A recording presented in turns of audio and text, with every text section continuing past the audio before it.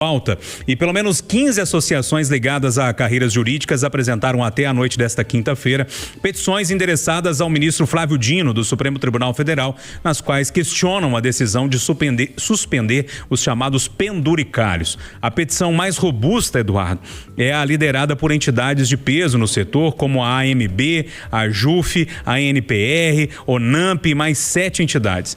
Trata-se de um embargo de declaração com pedido para integrar o processo como amiusis curiae, que é um palavreado, né, quando uma entidade pede para fazer parte do processo. Questões do juridiquês, né? Nas 22 páginas, há uma série de críticas à decisão de Dino, por exemplo, que a decisão ocorreu dentro de um processo que não tinha relação com ela. Ô Júnior, outro dia Sua Excelência me perguntava sobre a proibição do Dino de novos penduricalhos não previstos em lei. Os ouvintes vão se recordar que eu disse, ô Júnior, isso não muda nada. Porque tudo que se dão de benefícios, de privilégios, está previsto em lei. Está previsto. Agora, essa decisão agora, se ela prevalecer, se ele vencer essa guerra, duvido com D maiúsculo, ele vai ser o Tiradentes do século XXI. Ah, não, calma aí, Edu. Vai ser o Tiradentes do século XXI. Quem? Porque a pior coisa que acontece na sociedade brasileira, desde o descobrimento do Brasil há 526 anos, é a hipocrisia, Júnior. Ô, Júnior, o que eu mais escuto o dia inteiro de advogados, de todas as importâncias sociais e profissionais, é que esse advogado está envergonhado com o que está acontecendo no Supremo. Mas não fala não, viu? Não fala não. Amanhã ou depois, sabe como é que é? Não fala. Um falou comigo anteontem que o Zanin só recebe 1 ou 2 vezes por mês no gabinete dele o Zé Eduardo Cardoso. Falou comigo. Quem quiser resolver alguma coisa com o Zanin tem que ir no escritório do Zé Eduardo Cardoso. Os caras falam isso tudo comigo o dia inteiro, mas ninguém assume. A hipocrisia é o maior mal do Brasil. E essas carreiras, Júnior, você acha que tem algum deputado que vai votar contra um reajuste para o Tribunal de Justiça aqui, ou do federal lá contra o Tribunal de Contas? É um arranjamento. O sistema, Júnior, não deixa o cara escapar. A elite dos servidores públicos é que tem esses privilégios fora da lei. E olha que eu quero dizer que eu não acho um absurdo. Eu já tomei muita porrada aqui porque eu falo que o juiz tinha que ganhar mais do que o teto. O salário do juiz tinha que ser diferente. O promotor também, eles merecem. Salário, penduricalho e indecência. Ô Júnior, infelizmente, para o país, o Dino vai perder essa guerra, porque ele vai lutar agora contra toda a elite do funcionalismo público do Brasil, que se locupleta, que arranja emprego para os parentes e perícias para os parentes e benefícios para os parentes desde 1500. Sua reação foi muito natural, Marcelo, quando o Eduardo falou ali. Não, comparar o Flávio Dino com o Tiradentes é uma sacanagem. É outro que vai... Desculpa, eu vou deixar você falar.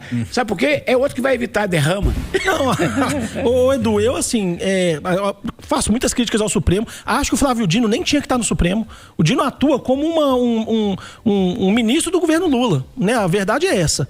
Ele, desde o início que ele chegou no Supremo Tribunal Federal, ele atua como um braço do governo no Supremo, que é muito ruim. Então, assim, faço muitas críticas ao Dino. Agora, nesse caso, ele tem toda a razão de comprar essa briga.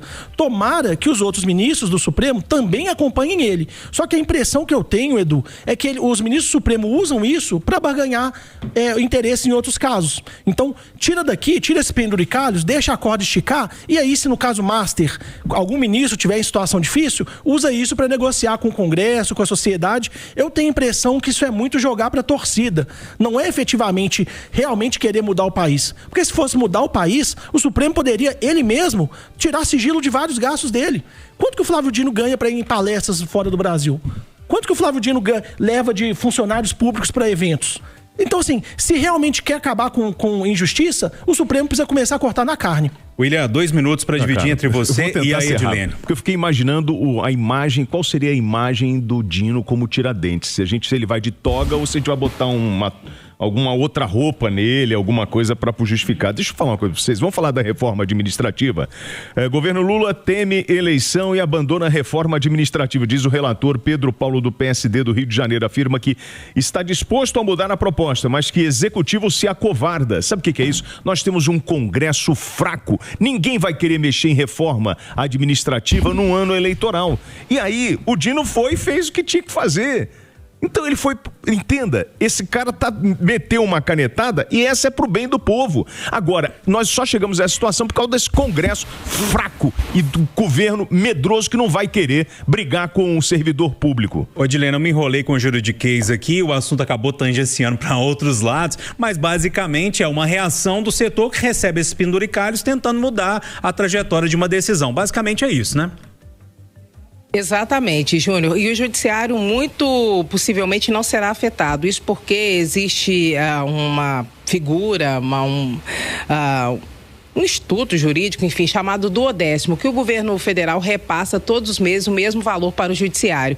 E esse valor é de uso discricionário do judiciário. E com esses recursos é que os penduricalhos são pagos. Ou seja, se tiver sobrando lá no final do ano, você paga retroativo para aquele juiz. Ou fez uma viagem, ou comprou isso, ou comprou aquilo, para o dinheiro não ficar parado no caixa. E nada muda em relação a isso. Ou seja, o judiciário vai continuar usando o seu repasse que é feito pelo governo federal e que usa da forma como quiser. Essa é a primeira coisa. Segunda coisa, o Supremo Tribunal Federal só pode cancelar efeitos de uma lei se ela for considerada inconstitucional. E é aí que está o questionamento, principalmente de muitos que recebem os penduricalhos. E terceiro, é mais uma medida do ministro Flávio Dino, que desafoga pelo menos um pouco, deixa uma brecha de recursos sobrar para a utilização do executivo, que tem um orçamento engessado e quer sempre ter algum dinheiro sobrando para fazer o uso que a gestão desejar. Ponto final, nosso Conversa de Redação.